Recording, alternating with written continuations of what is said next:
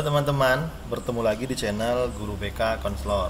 Nah, teman-teman, pada kesempatan kali ini saya akan membahas tentang instrumen yang digunakan oleh Guru BK dalam membuat program bimbingan dan konseling ya. Nah, jadi teman-teman, program BK itu harus sesuai dengan instrumen yang kita buat. Nah, sebenarnya instrumen ini kan terbagi menjadi dua ya. Yang pertama itu instrumen tes dan instrumen non-tes. Instrumen tes ini biasanya digunakan oleh orang-orang yang ahli di bidangnya dalam membuat tes, seperti tes bakat, minat maupun karir ya. Ini lebih kepada mereka yang memiliki lisensi aplikasi yang sudah diujikan dan layak untuk dipraktekkan, biasanya para psikolog. Nah, sedangkan instrumen non-tes inilah yang menjadi boleh dikatakan tumpuan ya bagi guru-guru BK dalam membuat sebuah program BK selama 1 tahun.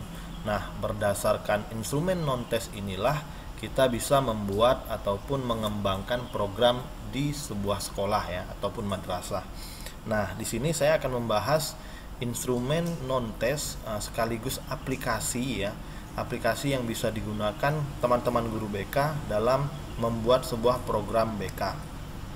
Nah, adapun instrumen non-tes yang pertama, ini sifatnya gratis ya. Yang akan saya bahas ini yang gratis, yang bisa teman-teman download di web di Google ya. Silakan browsing, silakan ketik saja menggunakan nama aplikasi yang ingin kita gunakan. Nah, yang pertama yaitu DCM atau daftar cek masalah ya. Daftar cek masalah ini merupakan daftar cek yang disusun untuk merangsang atau memancing pengutaran masalah-masalah atau problem yang pernah atau sering dilakukan oleh individu. Nah, jadi DCM ini ada aplikasinya teman-teman. Silakan download saja di Google dan dia memiliki 330 butir pertanyaan.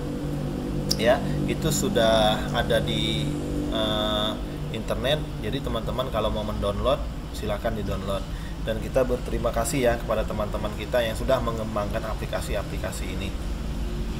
Kemudian yang kedua, bisa juga menggunakan AUM umum. AUM umum ini boleh dikatakan yang paling lama ya. Boleh dibilang yang paling lama dalam yang paling sering digunakan oleh guru BK. AUM umum ini adalah alat ungkap masalah. Nah, ini yang umum, ini bersifat 10 bidang masalah yang ingin diungkap. Yang pertama, jasmani dan kesehatan. Kedua, diri pribadi. Ketiga, hubungan sosial.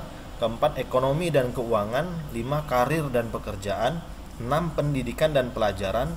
7, agama, nilai dan moral. 8, hubungan muda-mudi dan perkawinan. 9, keadaan dan hubungan dalam keluarga. 10, yaitu waktu senggang. Nah, jadi AUM umum ini untuk mengungkapkan masalah-masalah yang bersifat umum ya. Nah, kemudian yang ketiga ada lagi namanya AUM PTSDL. Nah, ini dibuat untuk para pelajar. Para pelajar mulai dari tingkat SMP ataupun SMA. Dan instrumen-instrumen ini pun berbeda-beda, teman. Jadi nanti ketika teman-teman mau mencarinya di internet, misalnya AUM PTSDL SMP ya, AUM PTSDL SMA, karena butir pertanyaannya itu berbeda. Nah, mungkin bertanya, PTSDL itu apa? P itu prasyarat penguasaan materi pelajaran, T itu keterampilan belajar, S itu sarana belajar, D itu diri pribadi, L itu lingkungan belajar dan sosio-emosional. Nah, jadi kalau mau menggunakan AUM PTSDL ini silakan digunakan. Dan teman-teman bisa mencarinya di internet ya. Kemudian yang keempat yaitu ITP ya. ITP itu inventory tugas perkembangan.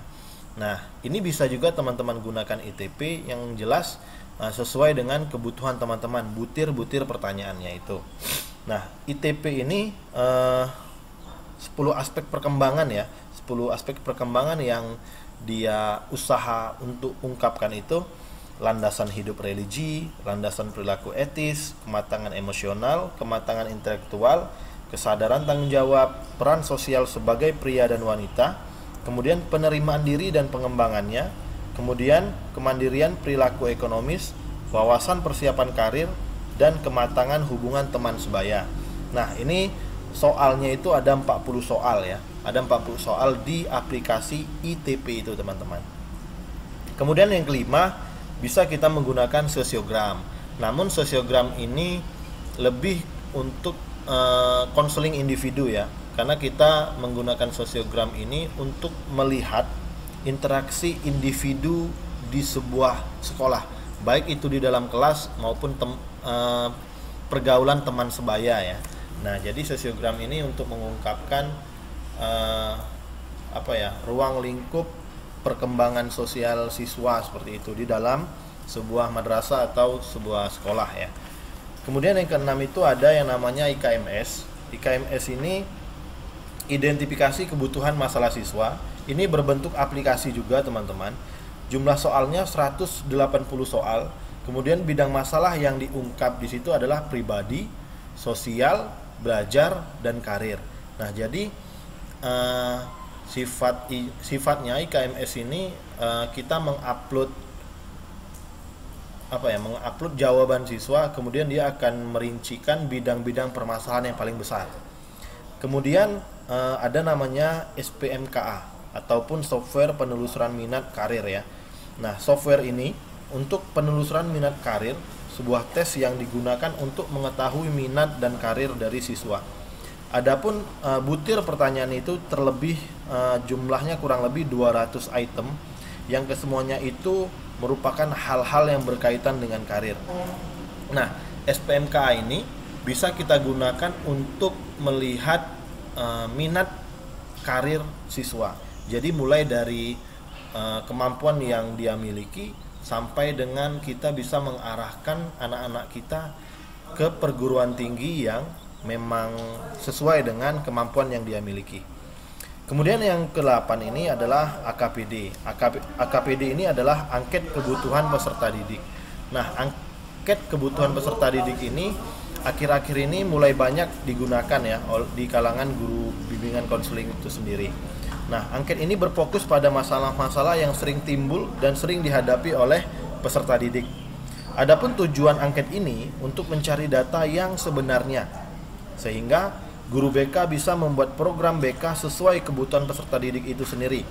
Adapun butir soal dari AKPD ini yaitu 50 soal, terdiri dari pribadi, sosial, belajar, dan karir.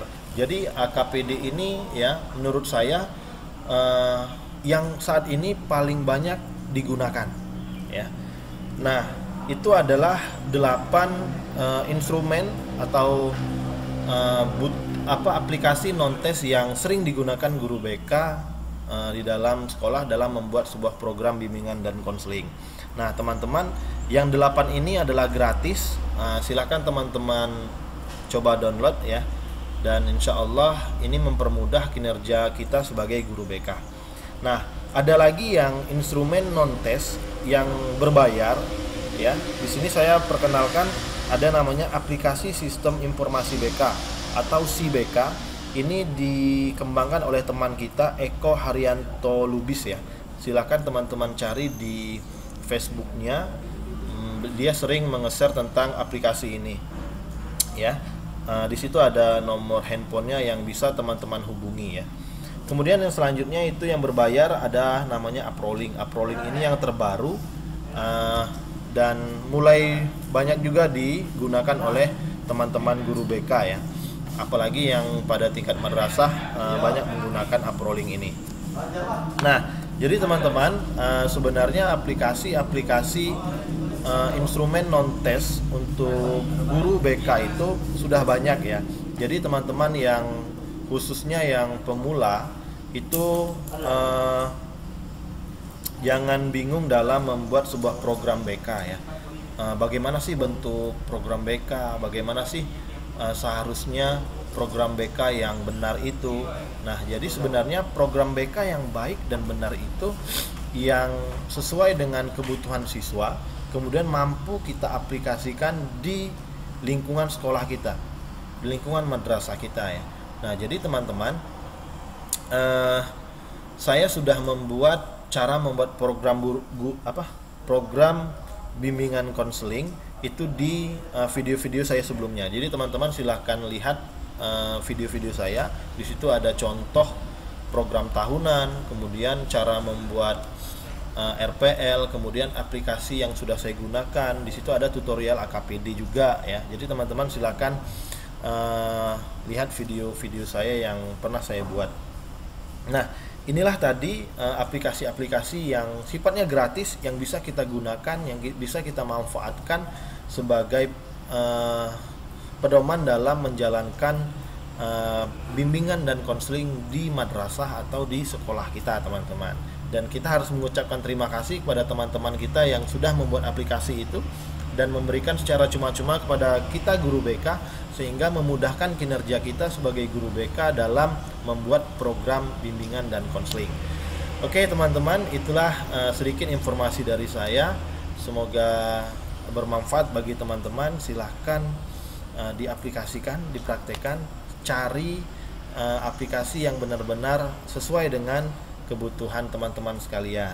Nah, itu informasi ya dari saya.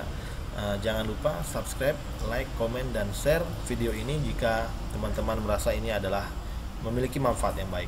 Saya akhiri, billahi taufik wal hidayah. Wassalamualaikum warahmatullahi wabarakatuh.